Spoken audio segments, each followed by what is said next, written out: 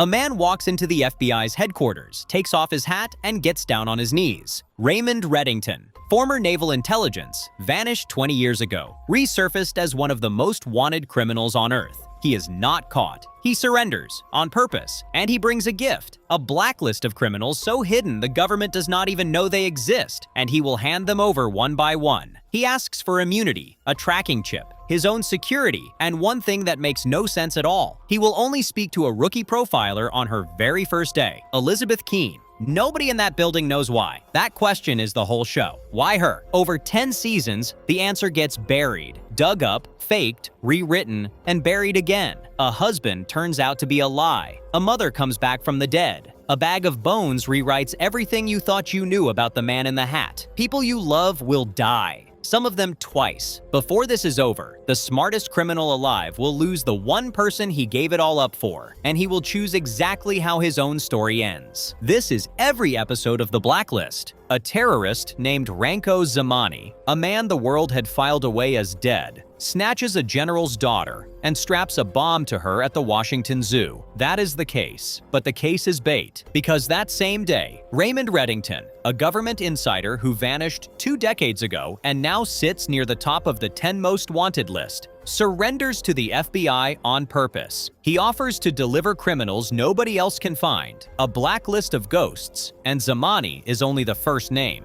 One condition: he speaks only to a rookie profiler on her first day, Elizabeth Keene. Red walks Liz through stopping the bomb like he already knew the ending. He did. He engineered all of it to reach her. Then Liz finds Tom stabbed on their floor, and under the bloodied carpet, a hidden box, cash, a gun, passports, all with his face, all under different names. So much for the sweet 4th grade teacher. An assassin who kills by staging disasters, derailments, and collapses. 3,000 bystanders written off as accidents. The target matters more. A celebrated anti-trafficking crusader named Floriana Campo, one of Liz's heroes. Red catches the freelancer, then poisons Campo anyway, because she secretly runs the cartel she pretends to fight. There was no antidote. There never is. Around it, Red lands his off-the-record deal. And Liz, searching Tom's blood-stained coat, finds a flash drive holding nothing but a loving adoption testimonial. For now, a legendary Chinese spy killer hires Red to decode an intercepted message, and Liz goes undercover as his cryptographer into a bunker beneath a fake radio station.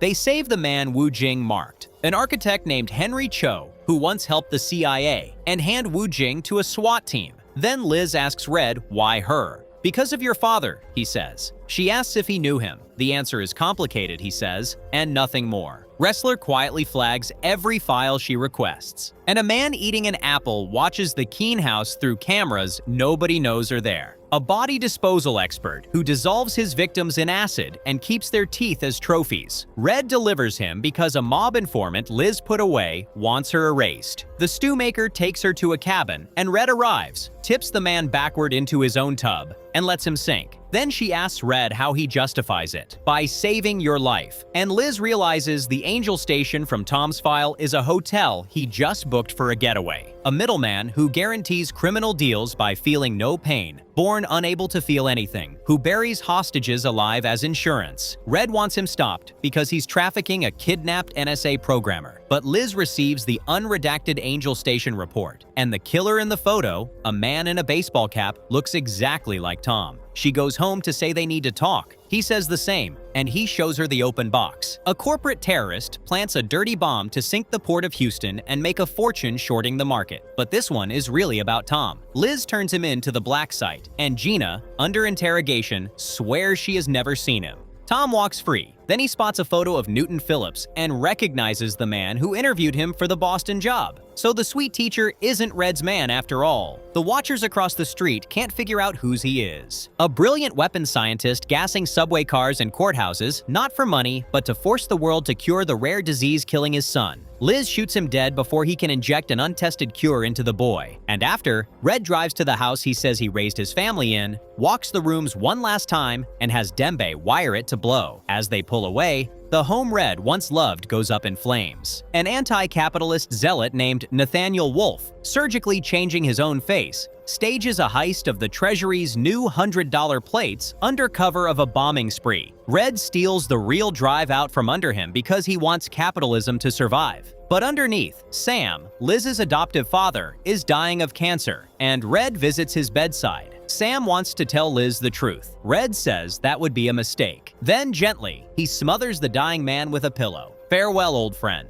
A mercenary who breaks people out of black sites hits the post office with a small army. He fed the FBI fake intel to land Red exactly here, which means there is a mole inside. Garrick cuts the power, kills the guards, and corners Red. Wrestler takes a shotgun blast, and Red drags him into the box, the one cell Garrick can't crack. So Garrick starts executing hostages. Red doesn't open the door. Luli dies, a gun to Demba's head. Dembe tells Red theirs is a friendship forged in this world and the next. And the two recite a prayer as the screen cuts to black on a gunshot. The gunshot was Aram, saving Liz, but Wrestler gives up the code, and Garrick drags Red into an ambulance. This isn't a hit. Someone paid to hear Red talk. Alan Fitch reveals the leverage that has kept Red alive for 20 years. Information that goes public the moment he dies. Red carves his way out with scissors, and the FBI learn the enemy has been surveilling the task force for months. Red calls Liz from a payphone, tells her he is not her father, and leaves one warning. Be careful of your husband. A vigilante nurse who tortures abusers with the exact injuries they inflicted on their families. Liz stops him, but the spine is Red's revenge on everyone paid to attack the post office. Aram gets framed as the mole, and Red clears him. Then Red scatters Luli's ashes on a lake, turns to Newton Phillips, and asks why he betrayed him. They threatened his family, Newton says. Red suffocates him with a plastic bag. The mole inside the FBI is still out there. A rogue geneticist who fakes deaths by rewriting DNA and dental records. Around it, a woman named Jolene studies a file on Tom Keene, looks in a mirror, and introduces herself as his new substitute teacher, sliding into the Keenes' lives like a knife. And Red walks into Mira Malik's apartment and waits. She comes home and says it before he can. You're here to kill me because I'm the mole. An adoption agency that manufactures its own babies, drugging kidnapped women, and farming out their children, all fathered by one deranged man. It hits Liz hard, and she calls off her own adoption, unable to trust a marriage this broken. But Mira wasn't the mole after all. She traces the leaked schematics to a signature, and Red reads the name. Then he waits in a townhouse for Diane Fowler, tells her she is useless to anyone now, and shoots her dead before she can say what happened to his family. An elegant thief and old flame cons Red into stealing a Syrian relic hiding coordinates for Soviet nuclear warheads. But locked in a cell together, Red tells her why he stood her up years ago. He drove home on Christmas Eve, ran out of gas, walked the last stretch, and found his family's house full of blood. That was all he saw. Whether it's true, he won't say. And a federal agent arrives to shut down Cooper's investigation into Fowler. A myth made real. A woman who imprisons corrupt officials for exactly as long as the innocent people they wronged. She kidnaps Cooper for beating a false confession out of a condemned man, and Red talks her down with a classified report. Meanwhile, the cowboy digs into Jolene and finds fake identities and a flash drive full of photos of Red and of Liz. And Jolene corners Tom and reveals the truth. Tom loves his wife because loving her is the job. Liz was never a marriage. She was a mission. A Yakuza boss escapes prison to hunt the agents who caught him, forcing them into ritual suicide. Wrestler's fiancée, Audrey, is gunned down in the crossfire, and Tom, cleaning up loose ends, strangles Jolene and executes the cowboy, then buries them in the woods. Red closes the hour alone at a ballet, holding a program dated 1987, watching a performance his daughter once starred in. A Russian hacker blamed for stealing a cyber weapon, though the real thief is a stalking teenage prodigy. But the real blow lands at home. Liz traces Jolene's last call to a building nearby and walks into Tom's hidden lair of guns and surveillance gear, and Tom slams the door into her and punches her before she can see his face, then runs. She goes to Red, hears a music box he repaired, remembers the fire and her father, and understands. Red has known about her past all along. The Undertaker, a dying man who blackmails the terminally ill into committing murder-suicides on his behalf. What matters is the name that surfaces. Red and Liz capture Tom's handler, Christopher Maley, posing as Brother Craig, and press him on who he answers to. He gives them one word before throwing himself out a window rather than talk. The same crew that grabbed the general's daughter in the pilot is back, this time snatching a Chinese defector with a bioweapon formula. Red's people shadow Tom for Liz, but she's too rattled to be patient. Tom clocks her tailing him at the National Archives, comes home, and under the excuse of walking the dog, simply vanishes. 2 years of marriage, gone in an evening. She swears she'll hunt Tom down with him or without him. A political fixer who makes and breaks careers through scandal and murder, drowning an assemblyman's wife to boost him toward higher office. Wrestler kills him before Red can learn who hired him. Liz confirms Red was at the hospital the hour before Sam died. She confronts him, and he admits it. He killed her father. She calls him a monster, swears she is done with him, and walks straight to Wrestler's door. An armored truck guard collapses dead in a bank, infected with an engineered virus, a pawn in a plot aimed at Reddington. Red tells the task force the truth at last. He never used them to build an empire. He used them to survive an enemy coming for him today. Not a place, a person. The infected men are clearing airspace for a prison plane, and when the FBI force it to abort, fighter jets scramble to shoot it down. The hooded man aboard orders it onto the East River instead. Liz reaches Red to warn him, but she stays, and together they watch a burning aircraft roar overhead and crash. Now it begins, Red says. The plane was a prison transport, and one giant sawed off his own hand to slip the chains. Berlin is loose, and his assassins start hunting the task force by name. Mira Malik gets her throat cut in a nightclub. Cooper is garroted and left for dead. Red kills the man he thinks is Berlin over an old grievance in Beirut, only to learn the true Berlin was the wounded guard in the hospital all along, already gone. Tom takes Liz hostage. She wrestles the gun free and shoots him 3 times, then lets Red walk away to finish it herself. Instead, Tom whispers something and goes still. He told her that her father is alive. Red swears her father is dead and alone, nursing the bullet Tom put in him.